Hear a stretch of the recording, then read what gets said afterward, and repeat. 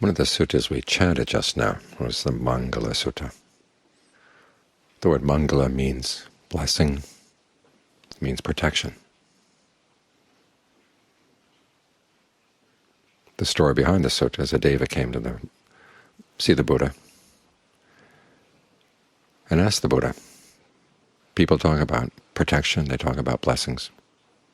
What is a real protection? What's a real blessing? And the Buddha goes down and gives a list, starting with very simple things.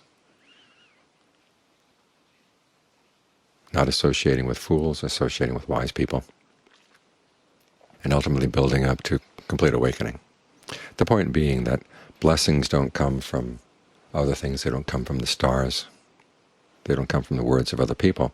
They come from your actions. You protect yourself with your actions. You bless yourself with your actions. This is one of the reasons why we're here tonight, to send off the old year and welcome the new.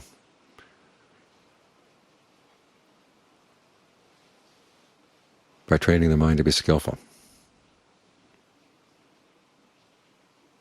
focusing on the good things we can do with the mind right here, right now, squeezing some more goodness out of the old year before it goes. Because that's one of the blessings that's listed in that sutta, the blessing of heedfulness. Realizing that time flows on, flows on. It's like a water faucet that you can't turn off, and it keeps flowing, flowing, flowing. And if you don't find use for the water gets wasted.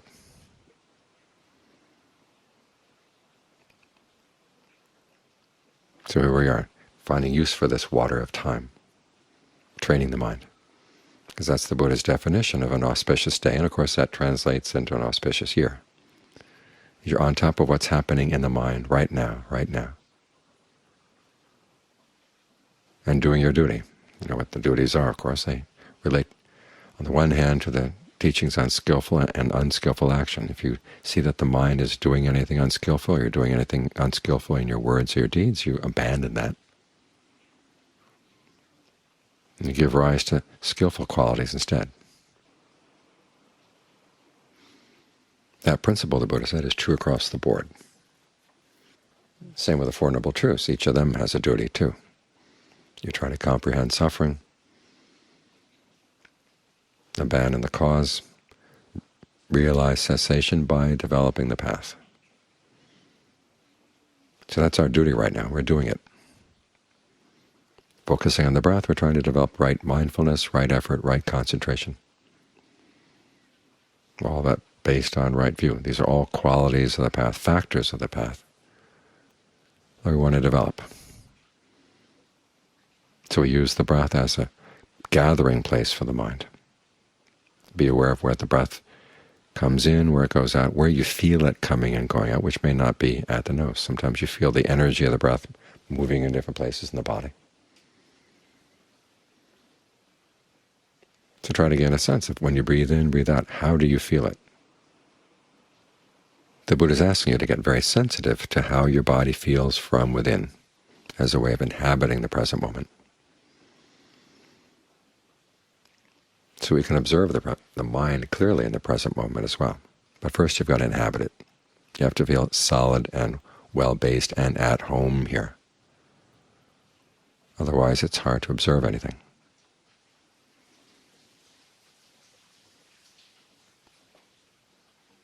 So think of what way of breathing might be comfortable, and if you've got something that already is comfortable, try to maintain it. Until it doesn't feel comfortable anymore, then make changes. Try to keep on top of what needs to be done.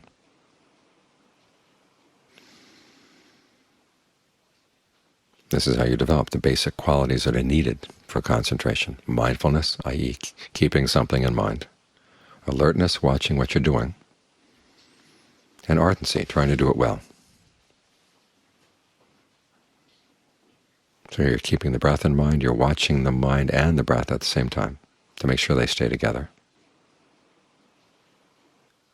And if they slip off, the breath doesn't actually slip off. If the mind slips off, you immediately come back. As soon as you realize you've lost the breath, you come back. Let go of whatever thought it was, and if it's a thought that you haven't completed, don't leave it incomplete. Leave the ends dangling. You don't have to take care of every little thought that comes in the mind. All too often we're like spiders. We have to wrap up every little bug that comes into our web. But if you spend all your time wrapping up the thoughts, you'll never get back to the breath. So leave the thoughts incomplete, leave them dangling. You want to continue the story of your breath coming in and going out, and the story of the mind settling down with the breath right now. While you're with the breath, try to be as sensitive as possible to how the breathing feels, not only in the main spot where it's most obvious, but as you begin to settle in, notice how it feels in different parts of the body as well. Can you coordinate the breathing sensations in the body? So when you breathe in, it feels like the whole body is being nourished. You breathe out, the whole body is being nourished. You don't squeeze the energy at the end of the out-breath. You don't pump it in and make it tight at the end of the in-breath. Allow things to flow evenly and smoothly.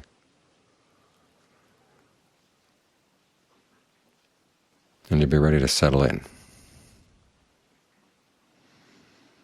And we're here in the present moment, not because it's a great place to stay, but it's an essential place to stay if you want to work on the mind. Because it's only here that you can actually observe the mind in action. In one sense, we're always in the present moment. It's simply that we're thinking about a thought in the present moment that refers to something else. But you want to be able to step out of those thought worlds and just be here in the current world of breathing in, breathing out, so you can see the thoughts as processes.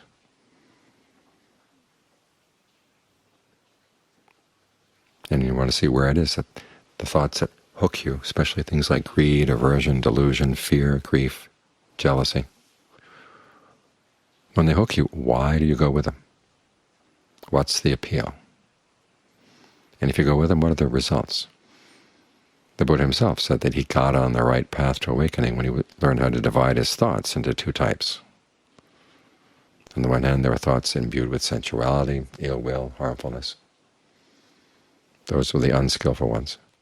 And then the skillful ones were the ones imbued with renunciation, in other words, not getting fascinated with thinking about sensual pleasures. Non-ill will, actually thinking thoughts of goodwill and equanimity. And harmlessness, thoughts of compassion.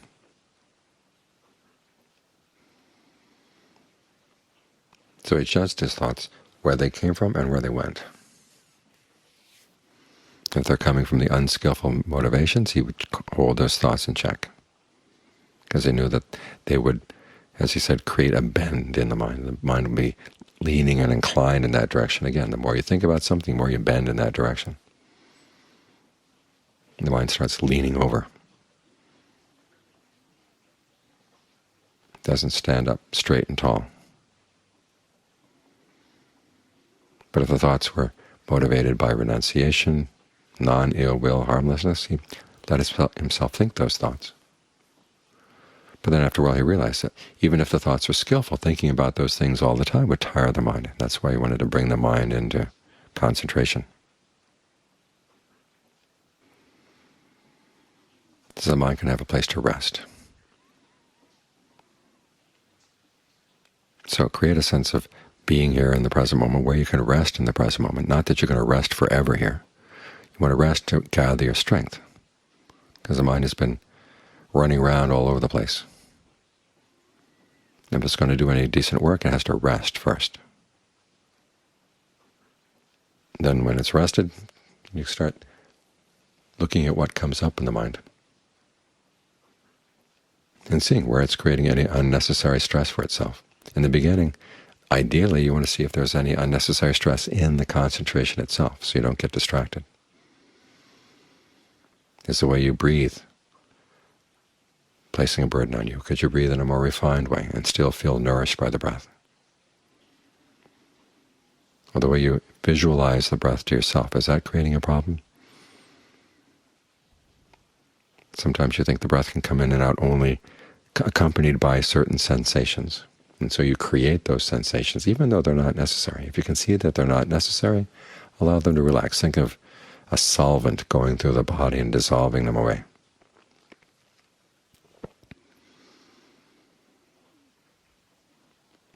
And as you work on your perceptions and as you work on the actual mechanics of the breathing, and the mind begins to settle down more and more, you find that there's less and less need to breathe. You don't suppress the breath, but you just don't need to breathe in and out. Your oxygen needs are met one way or another.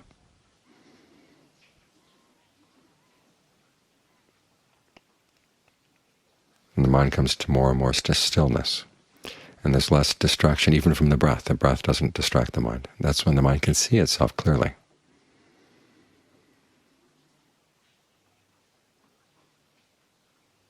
And that's the point where we can start to observe it and deal with even more refined issues as they come up. Because you'll begin to realize that greed, aversion, and delusion, when they come, they first come in little tiny whispers. And if you can catch the whisper and just breathe right through it, zap it, it doesn't have a chance to grow. This puts you more on top of things in the mind. It doesn't totally solve the problem, but it clears the decks. So this becomes your place to stay. And whatever comes up, you can see it coming from a far distance away. It's a much safer place to be.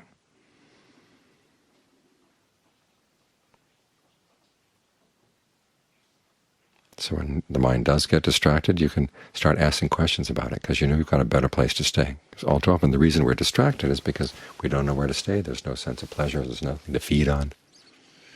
And so the mind's looking for a place to nibble on something.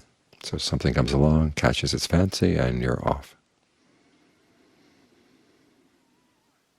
You want to be able to see that process, to see how do these things arise.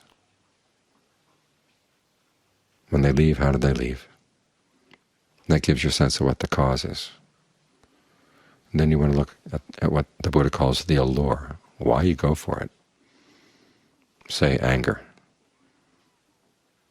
All too often we know that we do stupid things under the power of anger.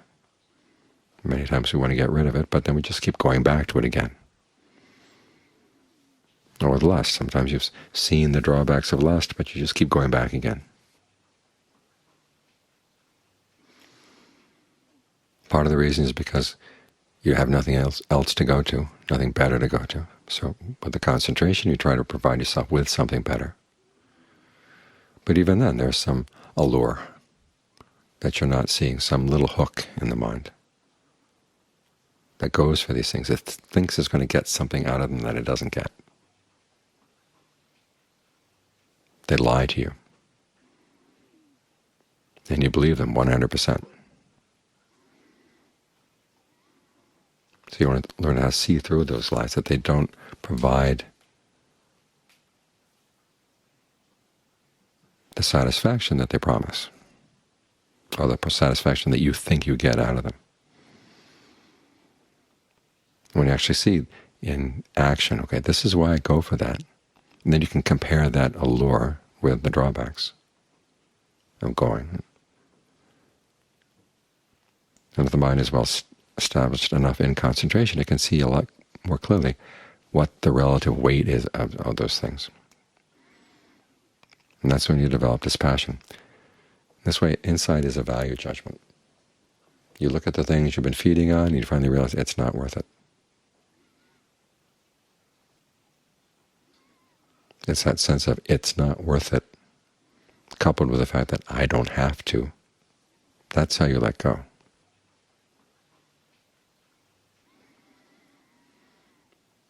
And when you can do that, that's when you're having an auspicious day. Keep that up through the year, and you can have an auspicious year. It comes from your actions, cleaning out your own house, and making it your resolve that your goodness is not going to depend on the world outside, whether the year outside is a good year or a bad year. There are a lot of things out there, a lot of people out there you cannot control. And If your happiness depends on the actions of other people, you're setting yourself up for a fall. You've got to find a resource inside. You've got to find a place inside where you can provide and produce your own happiness. And you do it by cleaning out the mind in this way, getting an understanding of what's going on. So the mind doesn't lie to itself anymore, doesn't fool itself anymore.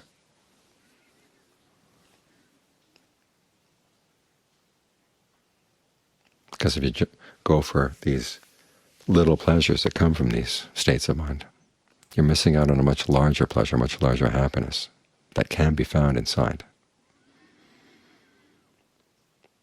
The Buddha's not telling you to let go of these things because he's a harsh or stern taskmaster.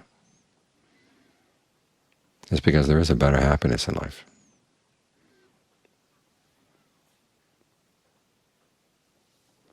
And if you're willing to give up your normal feeding habits and retrain your hunger,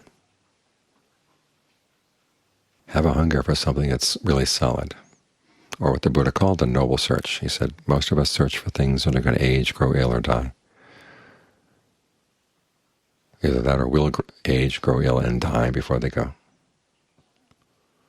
And if our life is devoted to that, there's nothing really noble about the life. But if you search for something that's free from aging, illness, and death, that's a noble activity, a noble search.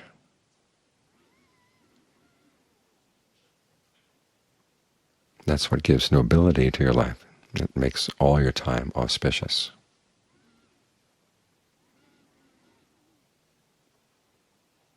It depends on your own resolve. Nobody else encourages you. Remember the Buddha, in his time, nobody encouraged him on his path. This is a desire that has to come from within. But it's a goodness that comes from within, and you want to nurture that.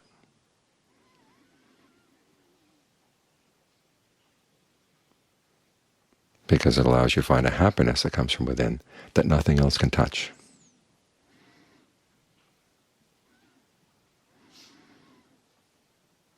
That, as the Buddha said, is the ultimate blessing, the ultimate protection. When touched by the ways of the world, as the verse says, the mind does not shake. Things come and go, gain, loss, status, loss of status, pleasure, pain, praise, criticism. The mind has something that is not touched by these things at all. And that's when it gets really good.